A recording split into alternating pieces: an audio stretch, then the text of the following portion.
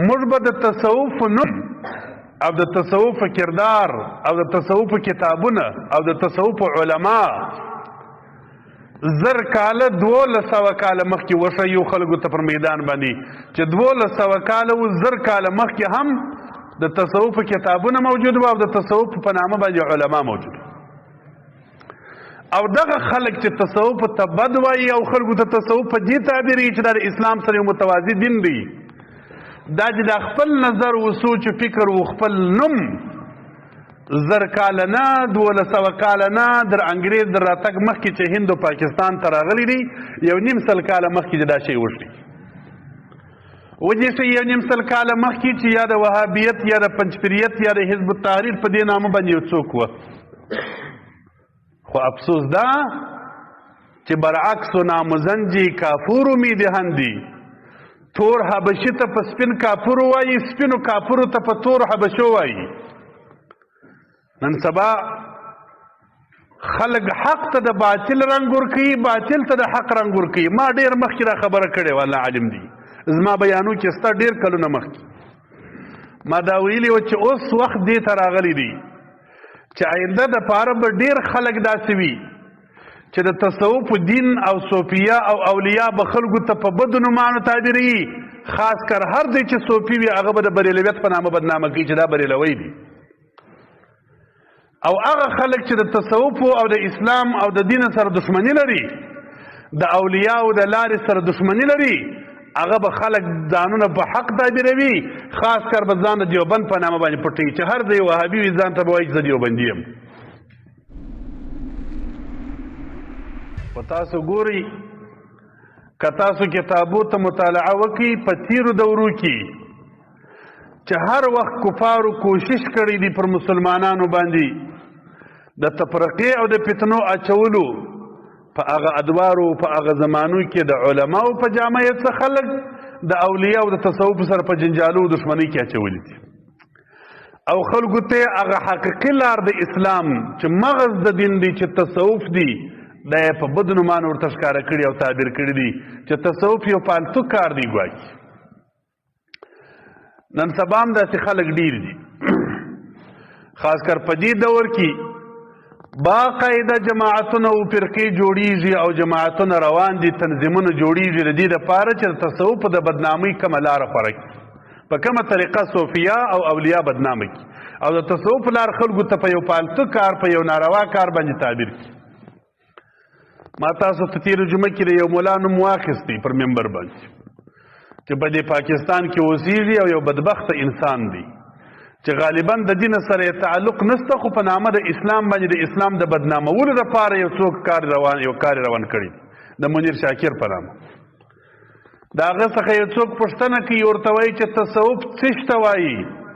دی ورته تصوف د اسلام سره متوازی دین چې د اسلام په خلاف جوړ شوی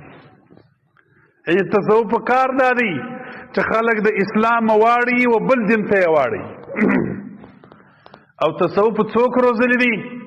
تصوف امام ابو حنیفه رضی الله عنه روزلی دی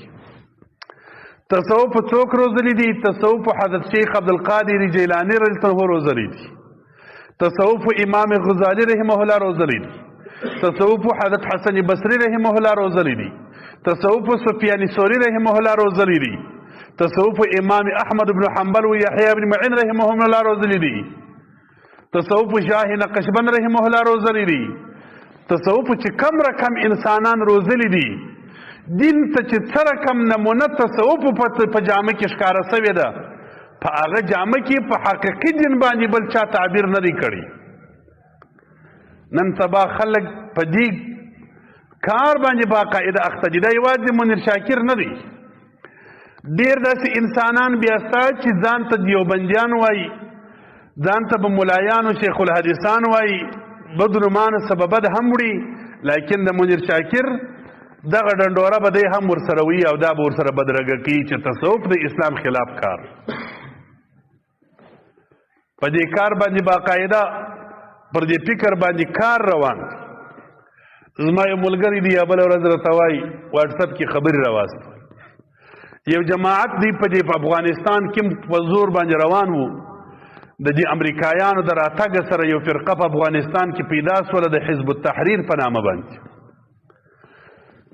الله جل جلاله نیست و نابود کړل د امارت پر راتګ باندې. خدای دې نورم نابود کړي. الله دې د امارت د بیرغ دائم و قائم ولري.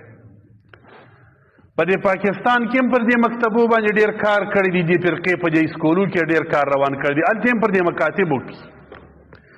په دنیا کې کار روان کړ دي. قریب 80 کاله یې کېږي چې دا فرقه روانه ده. په دا اوس امریکایانو په دوره کې یو څه زور ته ورسېدل. اوس برته الله تعالی راچټه کړې ده. زما یو ملګری دی وایي د حزب التحریر د یو څه خلکو سره کښېنستلم، یو دعوت یې جوړ کړی و، زه م ورغلم. پوښتنه مې وکړل، وایي ما پېژندل نه، ما ته یې مخکې مسج وکړي، وایي دې خلکو دعوت کړی دی، ډېر مالدار او ماړه خلک دي. په څه طریقه باندې وکړم چې د دې سره څه مجلس شریکم، ما د دې څه حال معلوم کړی پله. نو دی ویل چې زه ورغلم حال مې معلوم وي، د تصوف پوښتنه مې ځینې وکړل چې دا تصوف څنګه کار دی. وایي دې راته ویل چې دا د انګریز یو فلسفه ده، هندوستان کې د اسلام خلاف جوړه سول. هندوستان کې جوړه سول. موږ به د تصوف نوم او د تصوف کردار او د تصوف کتابونه او د تصوف علما 1000 کاله 1200 کاله مخکې وښیو خلکو ته پر میدان باندې چې 1200 کاله و 1000 کاله مخکې هم د تصوف کتابونه موجود و او د تصوف په نامه باندې علما موجود. او دغه خلک چې تصوف ته بد وایي او خلکو ته تصوف په دې تعبیري چې دا د اسلام سره یو متوازی دین دی، دا چې د خپل نظر و سوچ و فکر و خپل نوم 1000 کاله نه 1200 کاله نه در انګریز در راتګ مخکې چې هند او پاکستان ته راغلی دی، 1.5 کاله مخکې چې دا شی وشي. وجې چې 1.5 کاله مخکې چې یا د وهابیت یا د پنجپریت یا د حزب التحریر په دې نامه باندې یو څوک و. خو افسوس دا چې برعکس و نامزنجی کافورو می دهندی، تور حبشي ته په سپین کافورو وایي، سپینو کافورو ته په تور حبشو وایي.